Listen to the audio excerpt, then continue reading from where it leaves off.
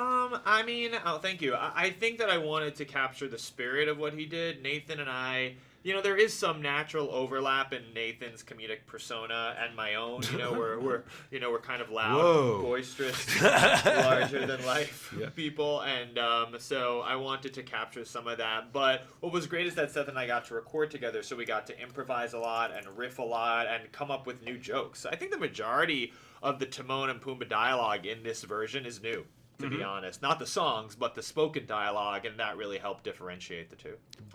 Yeah, it wasn't quite a black box theater. No. It was sort of this, it was actually all white, I think. It was white. It was just a big room with a was carpet and a lot of cameras filming us from a lot of unusual. angles. Yeah. There was microphones miking us.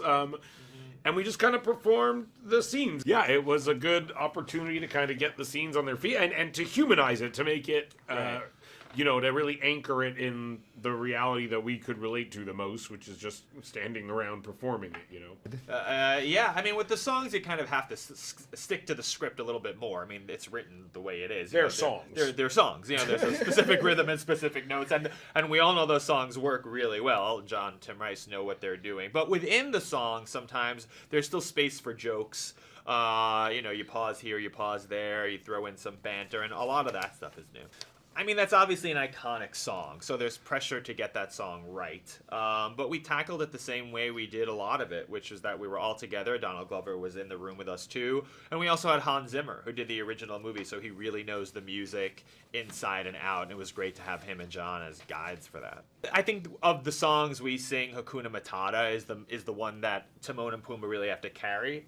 And there's pressure on that song because it's such a classic. And so, you want to make sure Hakuna Matata is funny. Yes. And that you're not just doing a carbon copy of the original. And I think, I was very happy with how it turned out, though. We were really given a lot of range to create a new kind of type of dynamic in some ways and a new style of comedy for the characters to have. I think what we both kind of tried to focus on was like a little bit more of like a conversational style and like to make it just feel as like naturalistic as possible, like two people interacting, and I think that was, and the fact that we were actually able to do it together was again a very nice opportunity, and I think that's what I was really appreciated when I saw the movie, was how it felt like incredibly naturalistic and genuinely funny.